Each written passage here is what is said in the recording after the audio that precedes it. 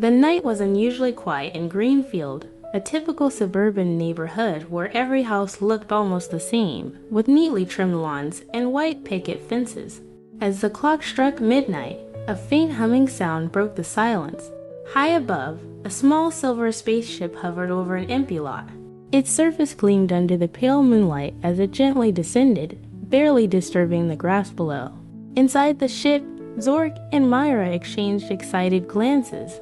"This is it, Mira," Zork said, his three-fingered hand adjusting the translator device on his wrist. "Our first mission on Earth. We must blend in perfectly." Mira, her purple-tinted eyes glowing faintly, nodded. "Yes, but remember what the guide said. Language is key. If we can't communicate, the humans will suspect us." She pressed a button on her own device, and a soft green light enveloped her. Slowly, her alien features morphed into those of a human woman with short brown hair and curious blue eyes. Zork followed suit, transforming into a tall man with a slightly awkward posture and a mop of messy black hair. As they stepped out of the spaceship, Mira glanced at the row of identical houses. "It's so organized," she whispered, trying to comprehend the symmetry. Zork's gaze fixed on the glowing porch lights of the nearest house. "Let's start with introductions. Humans say hello to greet each other, right?" "Yes," Mira replied, clutching a small device that resembled a notebook but displayed translations. "And they often smile. Like this." She bared her teeth in a wide, exaggerated grin. Before they could rehearse further, a figure appeared on the porch of the house closest to them. It was Mr. Benson, a retired school teacher known for his love of late-night snacks. He had come out to fetch the newspaper he had forgotten earlier. Noticing the pair standing awkwardly on the sidewalk, he called out, "Good evening. Can I help you?" Mira froze, her eyes darting to Zork. "What do we say?" She whispered urgently. "Just follow my lead," Zork muttered, clearing his throat. He took a step forward. "Hello, we our new . Here," he said, his words slow and deliberate. His translator struggled to keep up, resulting in an odd, robotic tone. Mr. Benson raised an eyebrow but smiled politely. "Oh, new neighbors, welcome to Greenfield. I'm Mr. Benson, and you are I am Z. Zoc," Zork stammered, quickly adjusting his name. "And this is my sister, Mira." Mira nodded, repeating the phrase she had practiced earlier. "Good evening. Nice to meet you." Mr. Benson chuckled. "Well, it's nice to meet you both. If you need anything, just let me know. Have a good night." With that, he disappeared back into his house. As soon as he was gone, Mira let out a breath she didn't realize she had been holding. That was close. Did he suspect anything? "No," Zork replied, though his expression was uncertain. "But we need to study more. Tomorrow, we'll explore this place and learn how humans live." Mira glanced back at their spaceship, now camouflaged as a shed. "This mission is going to be harder than I thought," she murmured. "Don't worry," Zork said with determination. "We'll figure it out, one word at a time." The next morning, sunlight streamed through the thin curtains of their small rental house. Zork and Mira had spent hours studying Earth customs and vocabulary with the help of their translator devices. Today, they decided, was the day to venture into the human world and gather supplies. Their destination, the local market. Dressed in simple human clothes, jeans, and t-shirts they had replicated from television shows, the pair set off on foot. As they approached the market, the lively buzz of activity caught their attention. Stalls lined the sidewalks, filled with fresh produce, baked goods, and colorful trinkets. The smell of bread and roasted coffee lingered in the air. "So many humans in one place," Mira whispered, wide-eyed. "How do they all know what to do?" "They have routines," Zork said confidently.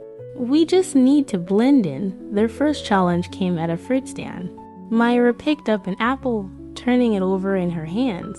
The vendor, a cheerful woman with a bright apron, smiled at her. "That's a good choice, fresh from the farm this morning. Would you like a bag?" Mira froze.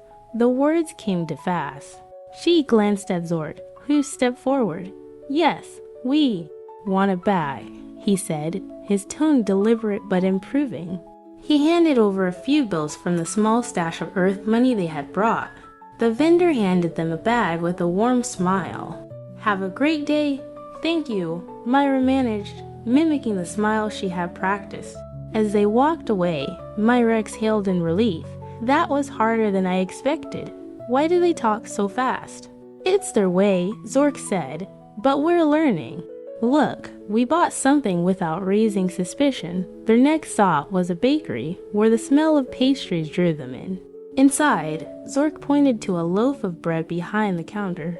The cashier asked, "Would you like it sliced?" Zork hesitated, unsure of what the word meant. Myra quickly consulted her translator and whispered, "Say yes." "Yes," Zork repeated. Moments later, they left the shop with a neatly wrapped loaf, feeling triumphant. As they headed home, their bag of goods in tow, Myra turned to Zork. "We did it. We spoke to humans and bought things. Maybe this mission won't be so hard after all." Zork smiled. "One small step for us, one giant leap for our mission." That evening, Myra stood in the kitchen of their rental house, staring at the assortment of groceries they had gathered earlier. "Zork," she called, holding up the loaf of bread.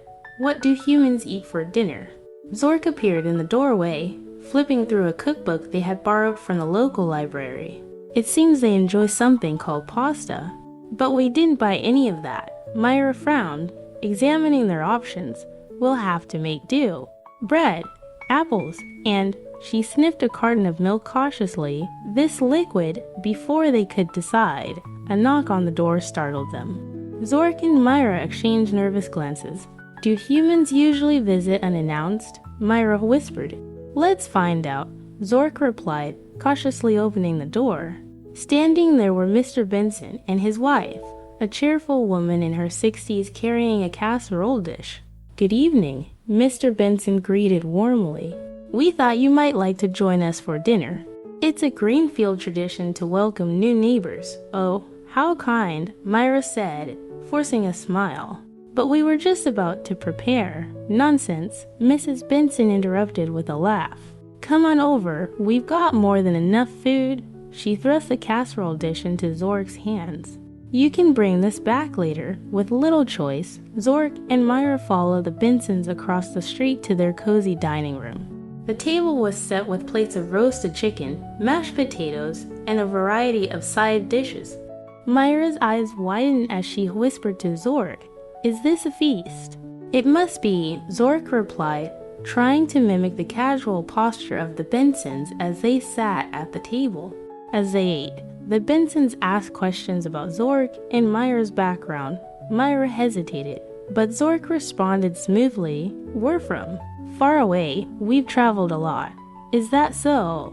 Mr. Benson said, raising an eyebrow. "What kind of work do you do?" "Research," Zork replied, which wasn't entirely a lie. "We study cultures." "That's fascinating." Mrs. Benson exclaimed, "You'll love Greenfield. It's such a friendly place." Myra smiled nervously, nodding as she observed the humans' eating habits. She carefully mimicked the way Mrs. Benson used her fork and knife, though her movements were a bit exaggerated. At one point, Mr. Benson brought out a photo album, sharing stories of the neighborhood's history. Zork and Myra leaned in, trying to absorb every detail. The pictures offered a glimpse into the community they were now a part of. By the end of the meal, Myra found herself relaxing. The Bensons were kind and welcoming, and the food was surprisingly enjoyable. As they walked back to their house with the empty casserole dish, she turned to Zork. "Humans are more generous than I expected." Zork nodded, looking up at the stars. "Yes, but we must stay cautious. We still have much to learn." Myra smiled. "At least we're making progress. One dinner at a time." That night, Myra sat at the small dining table, flipping through the local newspapers she had picked up at the market. Her translator device helped her decipher the headlines, though it occasionally stumbled over idioms and slang. "Zork," she called, "come look at this." Zork walked in, a cup of tea in hand. "What is it?" Myra pointed to a small article with a picture of a community center. The headline read, Greenfield hosts annual cultural fair next week.